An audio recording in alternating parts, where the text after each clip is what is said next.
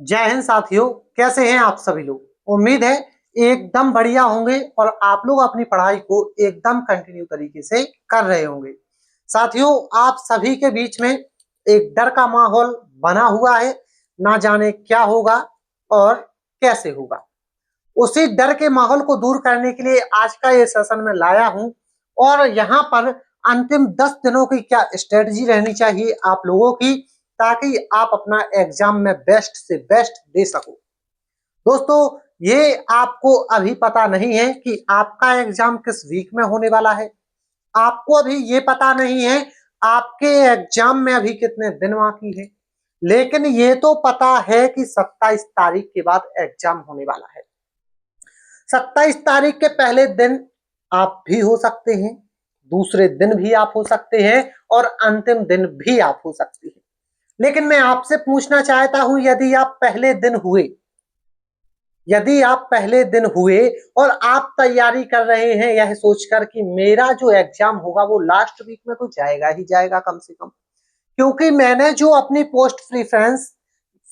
जो slot preference चुनी थी उसमें मैंने अपनी फर्स्ट प्रीफरेंस, ये जो 4th वीक था, उसी को चुना था। तो मैं आपको बता दूं दोस्तों, सभी लोगों ने, जितने भी व्यक्ति हैं उन सभी लोगों ने, जितने भी बच्चे हैं उन सभी लोगों ने अपनी फर्स्ट प्रीफरेंस लास्ट वीक ही चुनी है।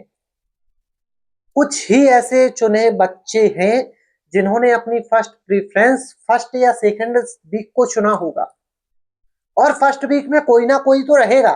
तो तैयारी तो हमें फर्स्ट वीक के अनुसार ही करनी है, यह सोचकर कि हमारा एग्जाम फर्स्ट वीक को ही है। अब देखो, यहां तक यदि आप आ चुके हो, पहली बात तो एग्जाम आपका 23 फरवरी से होना था, तो तैयारी तो आपने लगभग 15 फरवरी तक तो की होगी, और इसके बाद थोड़ी थोड़ी भी अगर आप तैयारी करते रहे तो आपको आज डरने की जरूरत नहीं है। बच्चे जितने भी हैं सबके अंदर एक डर का माहौल बना हुआ है, लेकिन आपको अपने आप को समझाना है कि एग्जाम जैसा भी आएगा वैसा मुझे ही देना है, और मेरे साथ जितने लोग बैठे होंगे उन सभी को देना है। ठीक है।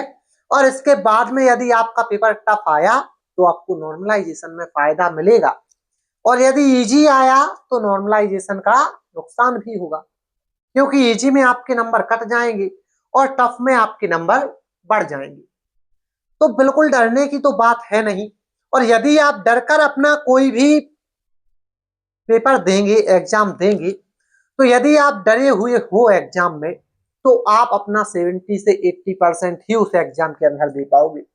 लेकिन यदि आप फुल कॉन्फिडेंट हो, कोई भी डर का माहौल नहीं है, तो आप अपना 100% देंगे उस एग्जाम में। तो कोशिश कीजिएगा, बिल्कुल भी डर को दूर कीजिएगा साइड में।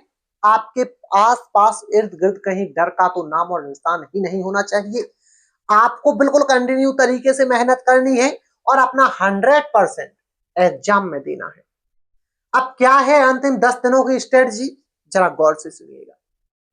पहला पॉइंट, आप लोगों को जो भी पहले पढ़ा है, आपने जो भी पहले पढ़ा है केवल उसी का रिवीजन करना है। नई चीजें याद करने के लिए अब टाइम नहीं है। यदि अब आप नई चीजों को याद करने के लिए अपना टाइम वेस्ट करेंगे तो निश्चित ही आप अपना स्कोर डाउन करने का प्रयत्न कर रहे हैं। नंबर 2, आपने अभी तक कहीं पर भी मॉक दिए होंगे, जहां पर दिए हों अथवा ना दिए हो, अब आपको दिन में 2 से 3 मॉक जरूर देना चाहिए। यदि आप 2 से 3 मॉक दे रहे हैं, और मॉक देने से ही कुछ नहीं होने वाला, उसका एनालिसिस भी करना पड़ेगा। 1 घंटे अगर मॉक में दे रहे हैं तो 1 घंटे उसके एनालिसिस में दीजिए। इसके अलावा आपको रीजनिंग और हिंदी जैसे 2 सब्जेक्ट यदि आपके अभी तक कंप्लीट हो चुके हैं या उसमें 17 से 18 आपका स्कोर हो रहा है, यदि आपका रीजनिंग में 17 से 18 या 19 तक स्कोर पहुंच रहा है, बढ़िया है। इसको केवल मॉक में ही देखिए। अब आप हिंदी को भी केवल मॉक में ही देखिए। अब अपनी प्रैक्टिस मैथ की तरफ शिफ्ट कर दीजिए। जो आप 1 घंटा रीजनिंग को दे रहे थे, वो 1 घंटा रीजनिंग को छोड़कर मैथ को देने लगिए। और जो 1 घंटा आप हिंदी में वेस्ट कर रहे थे, वो 1 घंटा, सॉरी, वो हिंदी का 1 घंटा अब आप यहां जीएस में देने लगे। ठीक है। और जीएस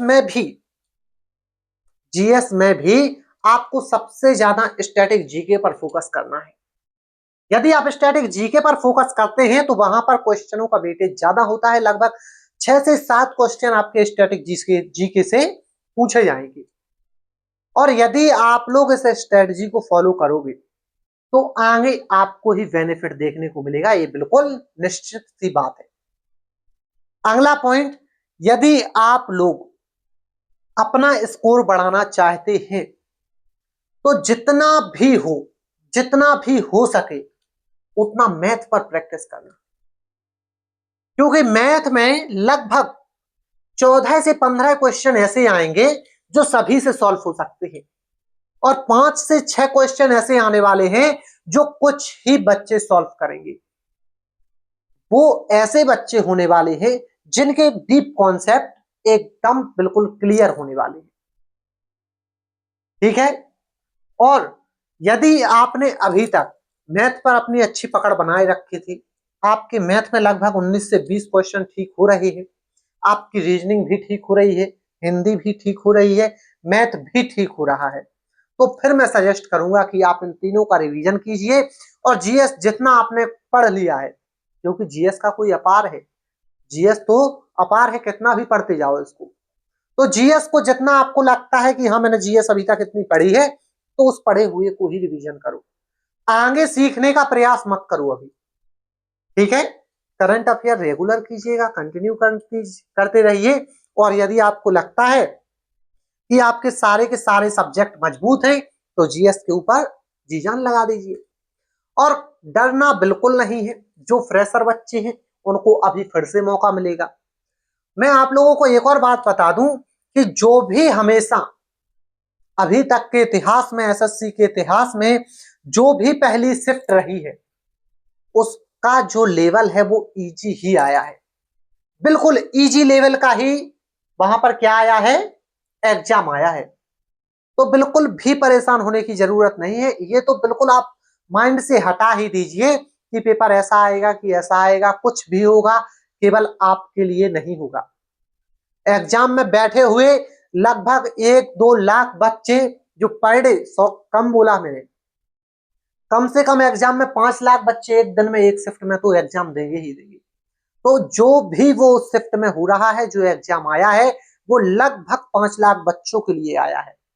और 5 लाख बच्चों के लिए यदि कोई एग्जाम आया है तो पहले इजी होगा, और इजी नहीं, सपोज मॉडरेट भी होगा, तो उसमें नॉर्मलाइजेशन का भी फायदा आपको मिलेगा। जब आपका स्कोर कार्ड बनेगा तब आपके 4 से 5 नंबर तो डेफिनेटली बढ़ेंगे ही बढ़ेंगे। और जिनका आगे एग्जाम रहता है उनके नॉर्मलाइजेशन में हमेशा नंबर ज्यादा ही बढ़ते हैं, और अदर शिफ्ट के अकॉर्डिंग।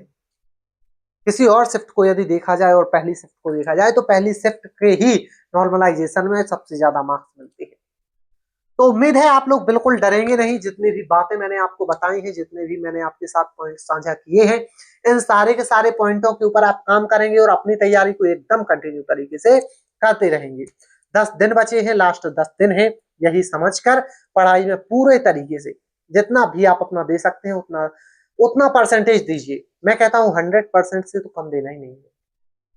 सबसे बड़ा मोटिवेशन आपके माता पिता है, इनको भी याद करते रहिए, इनके संघर्षों को भी याद करते रहिए। मुझे नहीं लगता कुछ और मोटिवेशन के लिए जरूरी है।